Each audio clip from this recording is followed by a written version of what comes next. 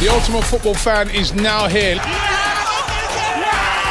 All the biggest fan channels in one place. Flex Night Stand. 100% Chelsea. Arsenal Fan TV. All about the fans.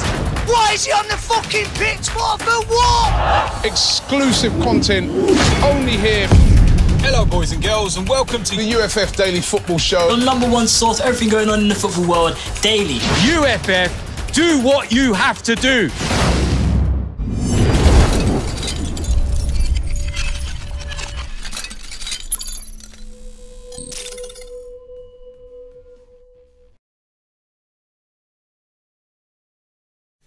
Hello and welcome to FanPark Live head-to-head debate challenge. We're back again, full studio tonight in association with History. Remember the hashtag, it's down below in the descriptions, History of Football, from the 28th of May, so from Monday, and there's going to be 24/7 films, documentary, an absolute footballing bonanza, huge televised event on History, whether you've got that on Sky, Virgin or Freeview. Make sure you check all that information out down below. These are sort of preludes to it, and it's World Cup season, it's World Cup fever, and we're debating it now. We want to hear from you on 0203 606 0315. We're also going to talk to Ty, we're going to talk to Claude, and of course our main man Chris is here as well to debate. Big question tonight. Which of the two, France in 1998 or England in 1966, which of the two performed the best as a host nation? Which of the two performed the best as a host nation? If you check out the Ultimate Football Fan Twitter page, there's a poll currently going out on there. France are leading that race as it stands right now. We want your views, your opinions, and we're going to jump straight into it with these gentlemen here. I'm going to go to Chris first and say, look, we all know, we've watched Chris enough. Chris is a French gentleman. He may not sound it, but he's definitely French. He spoke French to us a moment ago. So maybe we know what he's going to go with here. But from your point of view, 98 versus 66, which of the two host nations performed the best? I mean, the thing is, the impression I get, I'm not old enough, I wasn't around to obviously see what England done all those years ago. But the impression I get from that victory is it doesn't really get a lot of credence outside of England. I don't see other international players or other countries or whoever speak about that World Cup or that England team during that World Cup with a lot of fondness. That doesn't mean you should take anything away from it, but it doesn't really go beyond that. Whilst the French team and how they done competitively, as well as what that victory meant in terms of the French society, in terms of how international teams look like you know, we used to say le blanc, le noir et le beurre. You know, the French players had obviously black players, white French players, and also Arabic, North African players, and that was a big thing. So not only on the pitch was that really impactful, but also socially it was very impactful. So for that reason, that's why, you know, bias aside, I consider that to be a greater victory in terms of what we've done in 1998. Well, I disagree on that. Do you mind? Yeah, go on. So what because they're not really all French, are they? They're all from different nations, aren't they? Woo! It's early. It's early. No. It's like the cricket argument with all. You can like you got, as you said, the Algerian. Yeah, North African players, the Moroccan players, Algerian players. Exactly. They're not actually French, are they? They could have been. They should be playing for their own countries. They should be, like Zidane should be playing for Algeria, shouldn't he? Vieira should be playing for Senegal. I mean, we're not at this part of the debate. I definitely got a rebuttal for you. Right. Where's England? It's full England players. There's not one. Is it though? There's not one player that you could say is outside of the England nation. Well, you know what I'm saying? I mean, you got Algerian. You got Senegal. There are other nations, isn't it? Yeah, there's a few. West Indians. No. So how many of them French players are actually French born? Let me ask you this. So you supported England during World Cup 98, right? You supported England, I'm assuming. No. You didn't. So you don't support England. I support the country of my parents' birth. Okay, no. So I'm interested. So what's that? Italy. Okay, fair enough. So would you say you're English, right, Terry? I know. Yeah, I'm 100%. Okay, fair enough. Yeah. Right? So you supported England, I'm assuming in 98, 2002, 2006. Every year. Right. So I'll tell you what. Rio Ferdinand and Sol Campbell made it in the teams of the year in that particular tournament, right?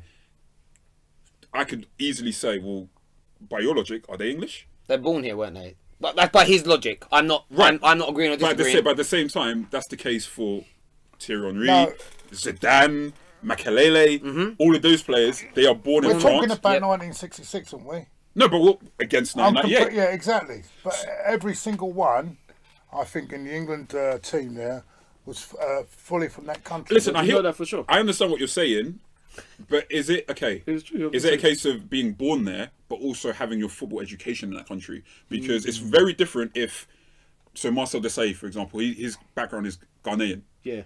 but his football education didn't come from Ghana. His football education comes from France. Yeah. And that's the case for Zidane. That's the case for Thierry Henry, Trezeguet, I suppose you've got a Chokayev. point. I suppose you have So, got a point. with and that. as an Italian, Yeah, you know, it's got- funny, you have and got a as an Italian, You have got- 2006, tell me where Cameroonese is from. Yeah, I know.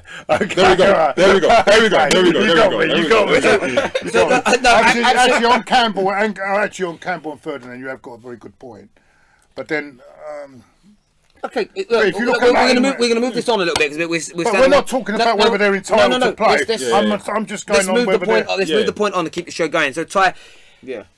which of the two, England in 1966 or France in 1998? Which of the two? And this is the point we're making here. We don't want to go away from it. Who should or shouldn't be playing? Which host nation performed the best for you? Well, I think it's probably France, Why, in your opinion? in my opinion, because when it came down to it, they beat the best, arguably the best ever footballing nation at a world level. My guy. In Brazil.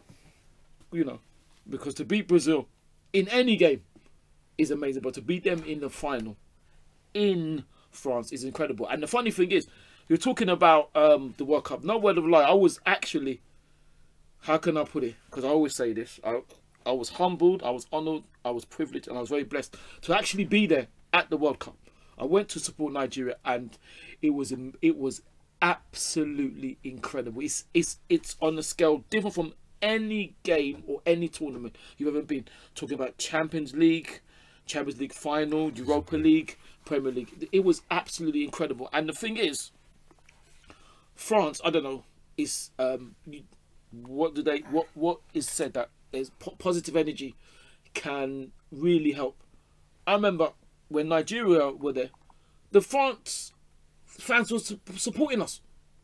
And look what happened. They went, it was amazing. Yeah, but that's the same. In with all due respect to that, I was talking to somebody today that's going to Russia, and that's the same as far as I can tell, and what I've read about the history of World Cups. Yeah. That's the same at the majority of World Cups. You will get people from the host nation, whether it be South Africa, whether it be Russia, coming up. They will go to games that their country's not involved in, and those games tend to have a much more. If those are smaller nations that don't sell out their allocation, they'll always tend to be a really nice party atmosphere, because there isn't that rivalry going on. No one. There isn't that. You know, you get. It's like a not a pre-season game. So that's a little bit disrespectful. But you get that sort of party atmosphere. I've got a friend who's got tickets to go and watch Iran play Spain potentially, and that will be an amazing party atmosphere. You get lots of Spanish there, and then you'll get the rest of the crowd to be neutral, not caring who wins. So I think you get that, which I understand. But in terms of, I get your point. Let's go back to your point though. I want to ask you this question. So yes, France beat Brazil.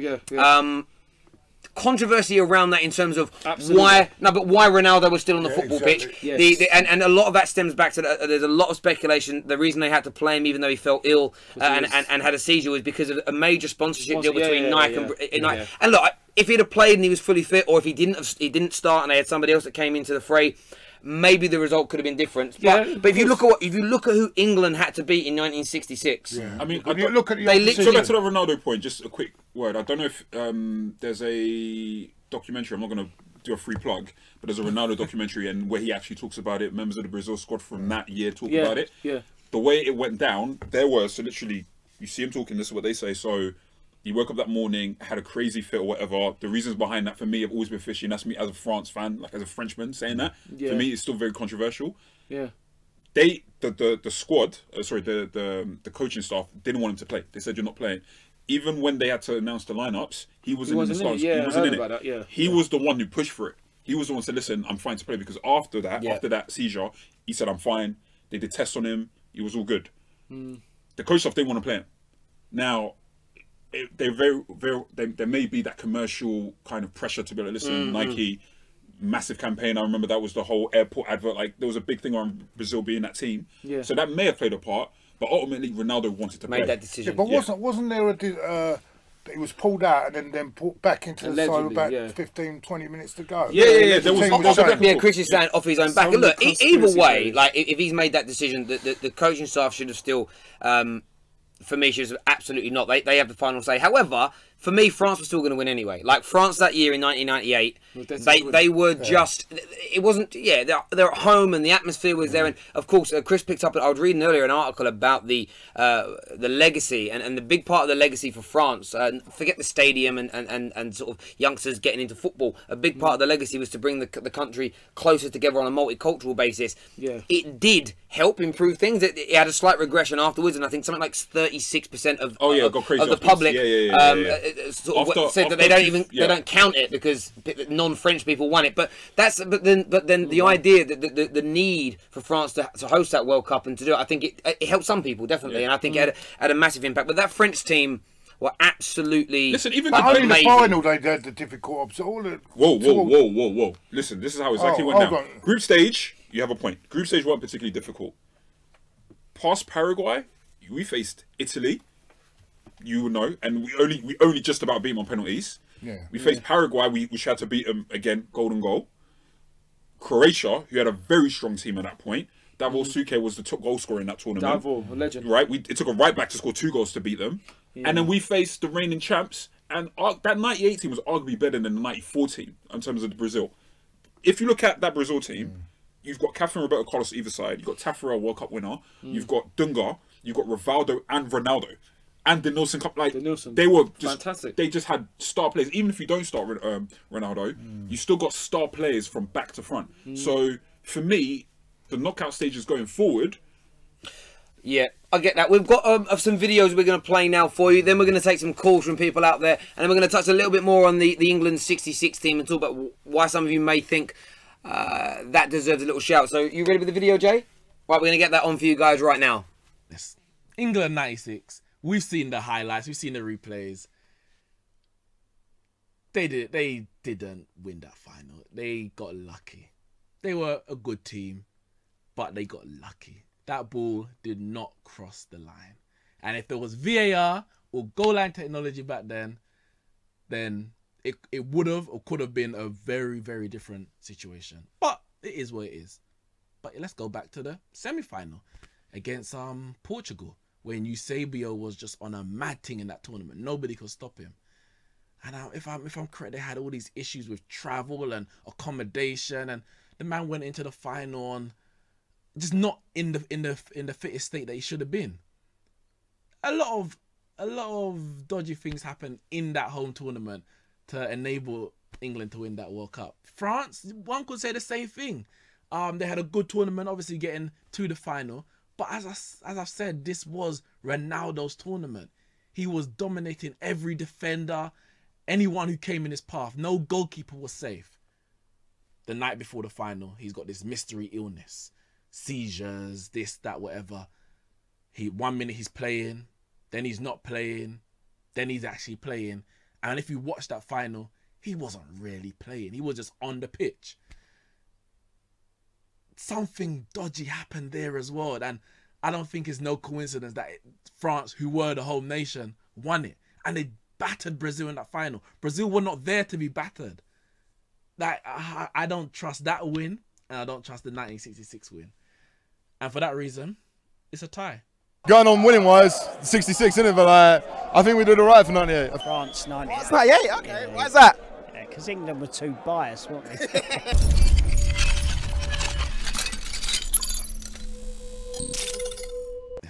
England '96. Thank you very much. All those videos there taken by us, some from around the grounds over the last few weeks, and some people sending them in. Remember, you can always send videos in to FanPark Live via our Dropbox. Link in the description below. I believe we have a couple of phone calls ready, Jay, is that right? I'm going to put some phone calls through now and see what people have got to say on this matter. Hello, welcome to FanPark Live. What's your name? My name's Adam. Hello, Adam. Adam. Welcome. Who do you support?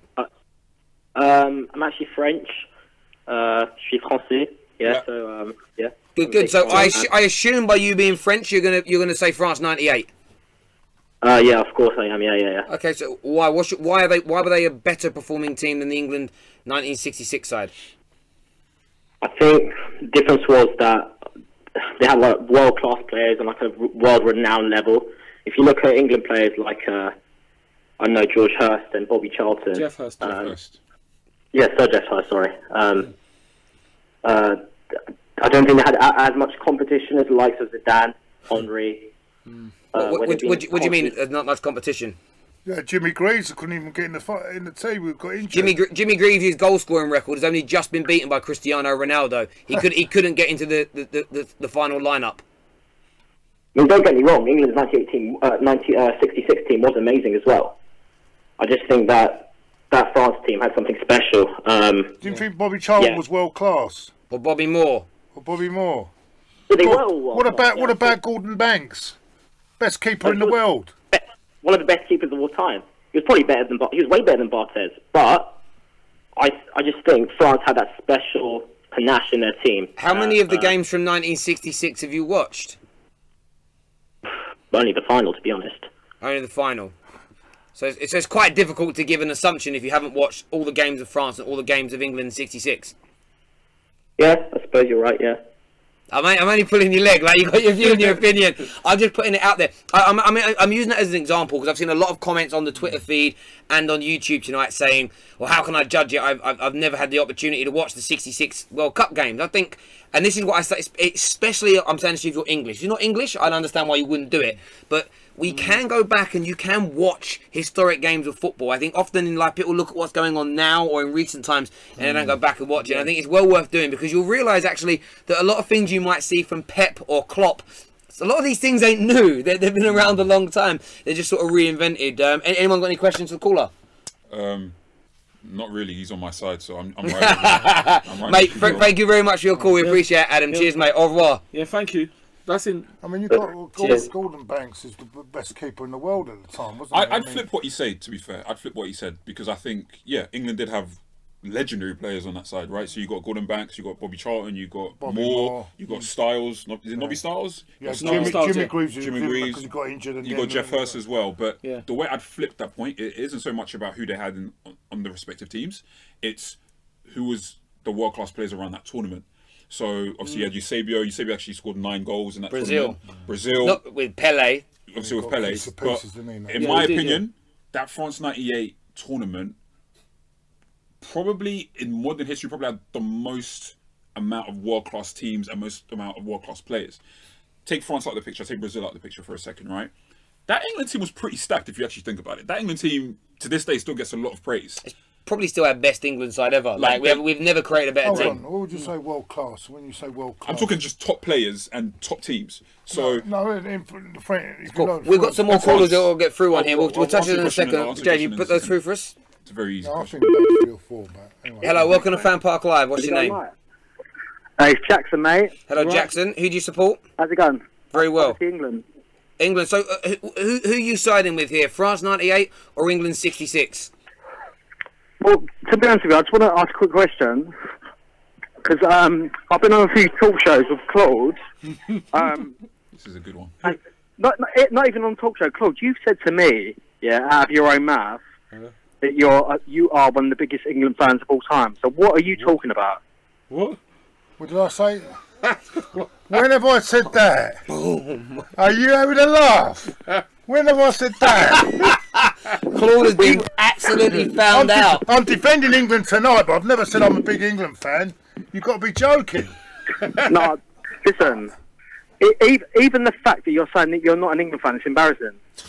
What? In what way? What way? Why? Because we're all English, are we not? I've got Irish descent. My parents are Italian. My parents are Irish. We're from England. We should be supporting our team, England.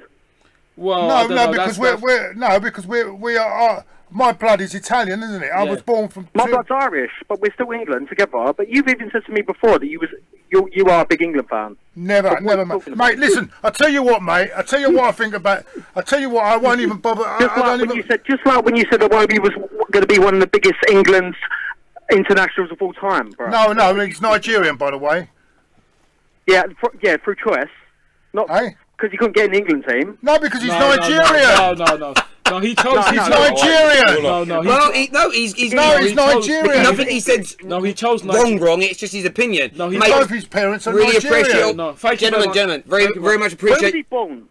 Where was he born? Where was he born? Do you know? You In guys big Nigeria. off. He's born in Nigeria. England. No, he's born in Nigeria.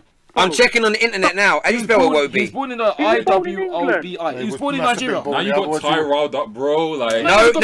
He was born in Lagos, Nigeria. Thanks very much. On May there you the go. 3rd, 1996. So he's always going to play for Nigeria. to be fair, he was always going to play for Nigeria because his We'll his talk uncle about is that the regardless. greatest Nigerian player of all time. Well, There's that too. But do you think, mate, really appreciate your call. Thank you very much. But on Thank you that for your side note, do you like, you know, look, we had we were talking about kits the other night, and people were praising up that really good Jamaica side from '98. It was a good Jamaica side. I was a good But Jamaica side and a good Jamaica manager. But sometimes I look at some of the players who are born here, whose parents may have Italian blood or may have Jamaican heritage, and I do sometimes think if you were good enough, you would have chosen England. I think some people they choose maybe a grandparents' nation. You get a lot of the Irish players do it. You know, they kind of pick Ireland because their nan was Irish, but that's only because I think they know in their heart of hearts they're not going to get into the England team. I do feel like there's definitely validity to You know that what your point. parents are, aren't you? If you're both your parents are... No. Like, let me answer that question. Like, I definitely feel like there's validity to... Hold on. What are you? Hang on, let him speak. My parents are Congolese. I'll give you my background, right? So if I was a professional football player, this is how I go about it. Yeah. My parents are Congolese. Yeah. I was born in Paris. I've lived in London for most of my life. Right? I support France because that's the first team that I saw, right? No, but what I'm saying to you is that if I was a player, I'd probably play for England. And this is why. England would be where I'd learn how to play football. And if I was good enough, it'd be a variety of things that would play a part in making my decision. Would be, okay, where I'm most likely to find success, where I could play, where I could have a legacy. And ultimately, if I feel like I'm good enough to play for England, I would play for England. And look, I agree with you. On my point of view, I'm very fortunate. I've competed and fought for my country. And it was a very easy decision. I was born and bred in England. My parents are English, and it was a very easy. And all my martial arts. I was one sec, Jay. We'll take the call in a minute.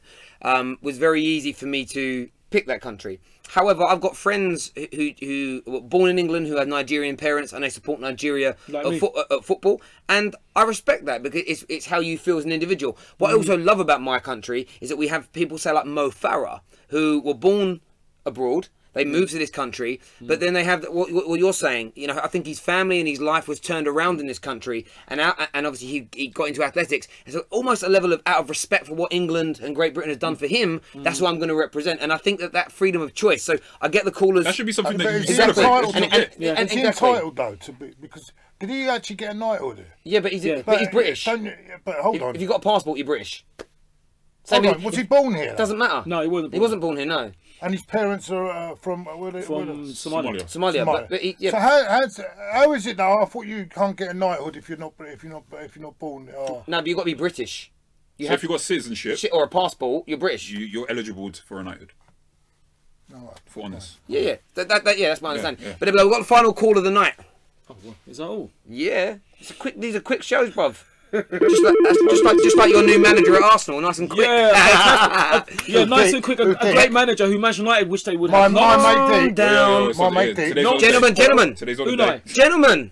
Hello, welcome. Welcome to FanPark Live. What's your name? I was calling regarding your question about the France 98 and the West Ham 66 team. West Ham 66. That is awesome. 10 out of 10. What do you want to say? What is your name, sorry? Let the guy speak. What do you want to say? Sam. Sam, alright, Sam. Go on, Sam, crack on. Basically, I just want to say, I've got some stats for you to prove that England 66 team was the better team. Go for it. Go on. They never conceded a goal all the way until the semi-finals of the competition. Okay. And also, the France team, I think they were the favourites going into the World Cup. So no, they weren't. They really weren't. Let the guy finish. Go on. Where did you get that from? Where did you see they were the favourites? No, I was around at that time. Okay, so you haven't got it right then, because as far as I know, Brazil were the favourites. No one's backed England for that '66 World Cup. I think Claude can back me up on that one. Yeah, okay. Because you're the same age. No, he's probably younger than me. Well, the guy's onto a point here. If you go back and read the history books, even though England were the host nations, they weren't. No pundits, no news. Nobody was considering them winning it. Although France weren't favourites, Brazil were. We know that. Exactly. There were people out there that thought they could do this with their team. The guy's right in his point there. What he's making. Thank you very much for your call. Yeah, thank you. And he's West Ham 66 point. Okay, so the point. So just in response to that, number one, there's at least two teams that were favoured. There was at least two teams that were favoured to win it before France. Holland, which people don't talk about. That Holland team was like outrageously stacked in that year. Yeah, and Brazil. Yeah, and people talk remember, like, France didn't qualify for that. You qualify from being host. Yeah. France weren't even in the World Cup 4 years prior. So we had great players, but people didn't talk about France being a great international side before that tournament. So, and as much as you want to talk about them not conceding a goal to the semi-finals, that's a fantastic achievement in my opinion. There weren't even half the teams in there. Number one. Yeah. Okay. On that, where I would say I get that point is that when England played in 1966, it was just, barring the fact that North Korea were there, you go through the rest of the teams at the tournament. So it's a much smaller tournament, but you basically had Uruguay, France, Spain, Switzerland, Chile. Hungary were there when Hungary were a bad boy team. You've got that. You got the matches there. But who did England face as they? So this was England throughout, and these teams were good because remember Uruguay in this day and age were winning stuff. So they played Uruguay. They played draw 0-0. Yeah, drew 0-0 with Uruguay. They beat Mexico 2-0. Okay, they beat France 2-0. They then beat Argentina 1-0 in the quarterfinals. Portugal with Eusebio 2-1 in the semi-final, and then Germany 4-2 in the final. They only started facing competitive teams up until the quarterfinals. It was Argentina in the quarterfinals that you mentioned? Yes. I like the fact that you did your research. Also do your research around the refereeing quality in that tournament. We can't blame referees. No, I don't blame referees. I'm not blaming referees, but there's a lot of conversation, there's a lot of writing about the quality of the refereeing in favour of England and against Latin American teams in general. Even I brought up the point earlier on about Portugal and England in that semi-finals. That's when Eusebio was at his peak. Again, 9 goals in one tournament was insane. Eusebio thought this was a fix. It wasn't actually a fix. I actually got it wrong because I don't know if it's the FA that allowed to basically choose where certain ties are being played. So Portugal were playing all the way up in Liverpool at Goodison Park, and England were playing their games in Wembley. And the scheduling and the timing of that semi-final and how they got Portugal to go down here, as well as the refereeing, like, talk about Pele. Pele said, listen, that tournament, he felt like I didn't want to play football afterwards. Because of how aggressive it was aggressive. On the schedule, on the scheduling though, because we have got to wrap the show. On the scheduling, I was looking at this earlier because a few people brought up that the quarterfinals were all played at the same time, 3 p.m. on the 23rd of July. The so all teams played at exactly the same time, and the semi-finals are 3 days later at 7:30. So yes, they had to travel from Liverpool down, but there was exactly the same amount of rest time. Exactly the same amount of. There was no sort of time difference. It wasn't like they had any less rest days. But I get the TV.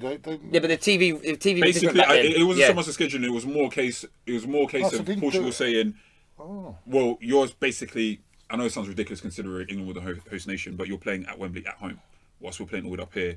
There's no neutral. Okay, because we don't. But wherever England would have played, it would never have been neutral because it would have been majority England fans there. Do you get what I mean? Yeah, But what happened at that World Cup with the stuff you're talking about is that when the Latin American teams were getting knocked out by the European teams, the Latin Americans said that there was a conspiracy. At one point, they said that a German referee helped England get through, and the English referee helped Germany get through. As soon as the Latin American teams were knocked out, the European sides then started saying the referees are favouring England. It was almost that whole tournament because one team started moaning. It became a knock-on of. It sounded like Arsenal fans last year just moaning about referees. About Manchester United. When they beat Chelsea. love making they didn't, did they? They didn't beat Chelsea, did they? Let's international. What? But listen, no. Everyone just moaned about referees. But listen, we're going to get the final poll up here. I'm going to make my decision. I'm going to go with the poll tonight. Some great arguments, great calls tonight, great opinions. France have dominated the polls with 61% of the votes on the Ultimate Football Fan page. But you don't have to agree with it. You don't have to agree with the majority. We've seen in recent elections the majority can win, and people still moan. But listen, thank you very much for tuning in as ever. Check out History and their 24/7 worth of films, documentaries and all sorts and bits and pieces. Hashtag History of Football. We're back tomorrow night at 10 p.m. Big one tomorrow night. Muller versus David Villa. It's going to be an epic, epic evening. It really, really is. Take care. Good night. God bless. Take it easy. Thank you for watching.